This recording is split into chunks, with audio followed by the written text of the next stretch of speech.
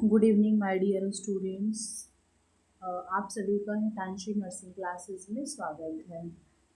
जो आज का टॉपिक हमारा है हेल्थ केयर डिलीवरी सिस्टम। आज हम लोग जानेंगे हेल्थ केयर डिलीवरी सिस्टम क्या होता है, यानी स्वास्थ्य सेवा वितरण प्रणाली।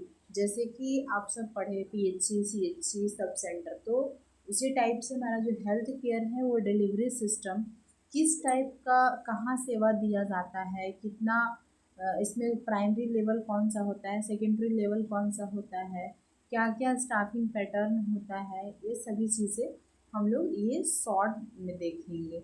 ये अब जो हेल्थ केयर डिलीवरी सिस्टम है ये थोड़ा सा हमारा शॉर्ट फॉर्म में है, जो हम लोग जानेंगे पहले कि हेल्थ केयर डिलीवरी सिस्टम क्या होता है।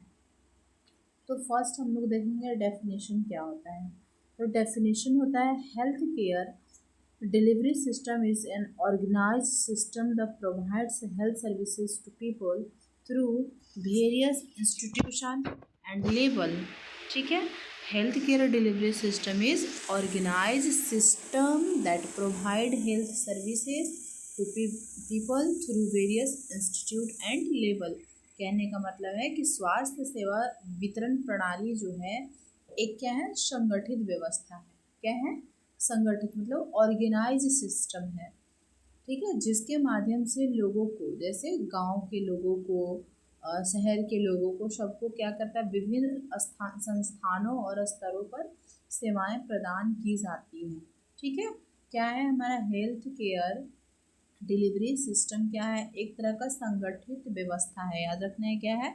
संगठित व्यवस्था है जिसके माध्यम से लोगों को विभिन्न संस्थानों और स्तरों पर स्वास्थ्य सेवा प्रदान की जाती है।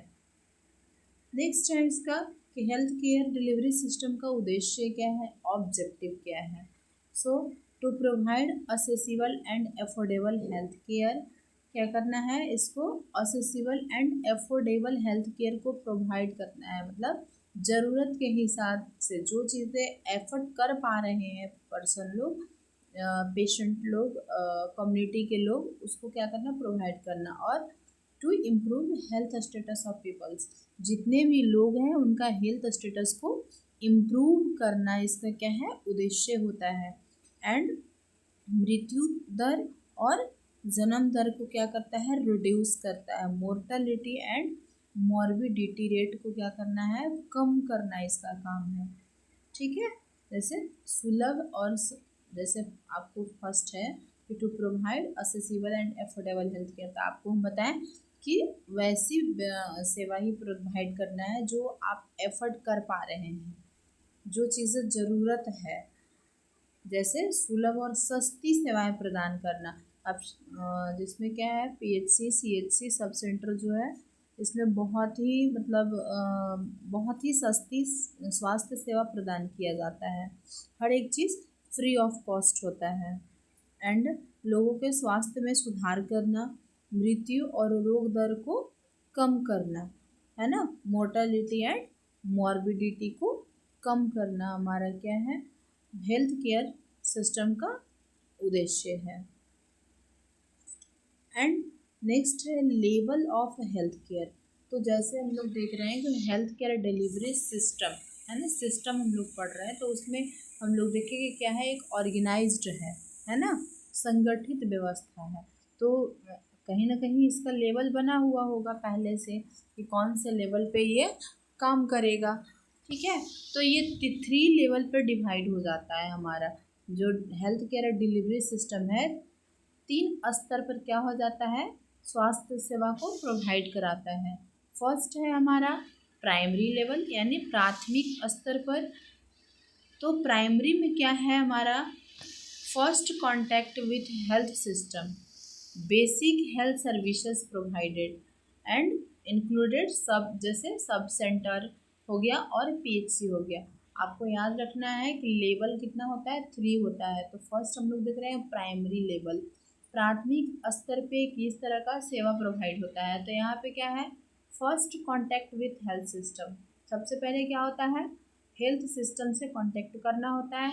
फिर बेसिक हेल्थ सर्विसेज को प्रोवाइड करना, है ना, जो ज़रूरत है आपको उसको क्या करना है, प्रोवाइड करना। जो जैसे इसमें प्राइमरी हेल्थ लेवल जो है उसमें कौन कौन सा सेंटर इंक्लूड है, हम लोग सिस्टम पढ़ रहे हैं ना, तो पीएचसी क्या है, एक सिस्टम है, सब सेंटर क्या है, सिस्टम है, सीएचसी सिस्टम है। तो आपको याद रखना है कि प्राथमिक लेवल पे, प्राइमरी लेवल पे आपको क्या कौन कौन सा काम करता है, हमारा सब सेंटर और पीएचसी, क्योंकि ये दोनों हमारा गांव के आसपास प्रेजेंट होते हैं और बहुत ही जल्द में हम लोग क्या करते हैं, यहाँ पे पहुंच जाते हैं। ठीक है। स्वास्थ्य प्रणाली से पहला संपर्क, मूलभूत स्वास्थ्य सेवाएं प्रदान की जाती है। ठीक है।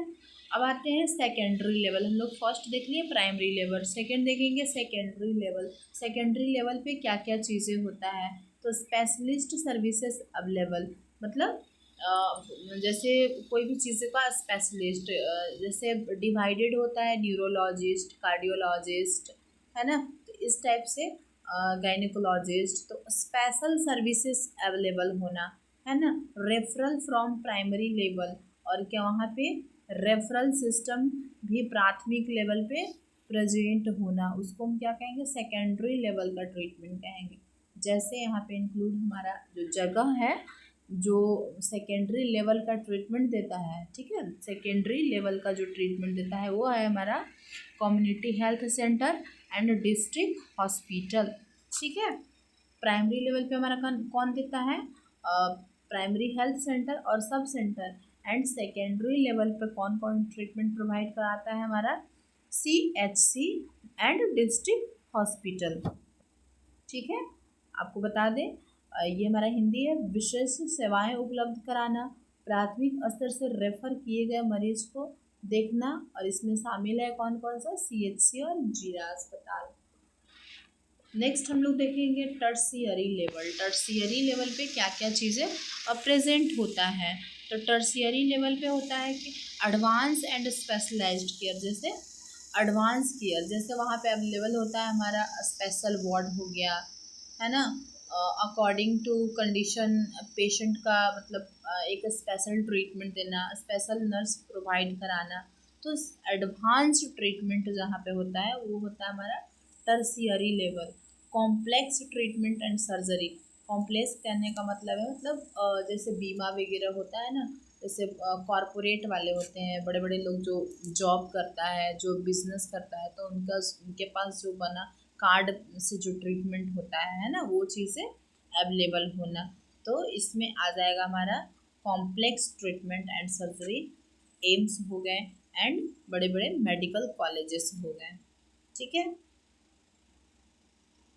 जैसे उन्नत और विशेष उपचार, जटिल सर्जरी और इलाज, एंड एम्स मेडिकल कॉलेज। इसी में फिर हमारा आ जाएगा, तीनों को देख लेते हैं कि क्या क्या करता है। जैसे प्रीवियस वीडियो में हम लोग आप पढ़ा चुके हैं sub centre, community health centre and primary health centre, but हम लोग इसमें भी हेल्थ केयर डिलीवरी सिस्टम में देख लेंगे कि ये प्राइमरी लेवल पे कैसे काम करता है, सेकेंडरी लेवल पे कैसे काम करता है, एंड टर्शियरी लेवल पे कैसे काम करता है। तो हमारा टर्शियरी लेवल पे ये तीनों में से कोई नहीं आएगा, टर्शियरी लेवल पे एम्स हो जाएगा और private and government medical colleges हो जाएंगे। ठीक है। तो सब सेंटर क्या है, first contact point at the village level, ये सबसे पहले हम यहाँ पे कांटेक्ट कर सकते हैं क्योंकि ये विलेज लेवल पे होता है। बेसिक केयर को ये प्रोवाइड करता है, हमेशा याद रखिएगा। एंड ये क्या करता है, maternal and child health, antenatal checkup and postnatal checkup यहाँ पे किया जाता है मदर का। फैमिली प्लानिंग के बारे में बताया जाता है, इम्यूनाइजेशन के बारे में बताया जाता है, एंड इम्यूनाइजेशन यहाँ पे टीकाकरण एक सेंटर भी होता है हमारा। स्टाफ होते हैं एएनएम और MPW, axillary nurse, midwife and multipurpose worker. ठीक है। गांव स्तर का पहला संपर्क केंद्र होता है, प्राथमिक सेवाएं प्रदान करता है और मातृ शिशु स्वास्थ्य के बारे में बताता है, परिवार नियोजन के बारे में बताता है, और टीकाकरण कौन करता है ये सब, तुम्हारा सब सेंटर करता है।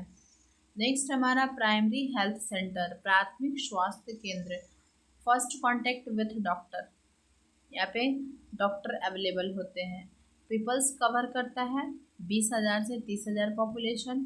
ठीक है, यहाँ पे ओपीडी सर्विसेज भी प्रेजेंट होते हैं। बेसिक ट्रीटमेंट यहाँ पे अवेलेबल होता है और टीकाकरण भी होता है। हेल्थ एजुकेशन भी यहाँ प्रोवाइड कराया जाता है।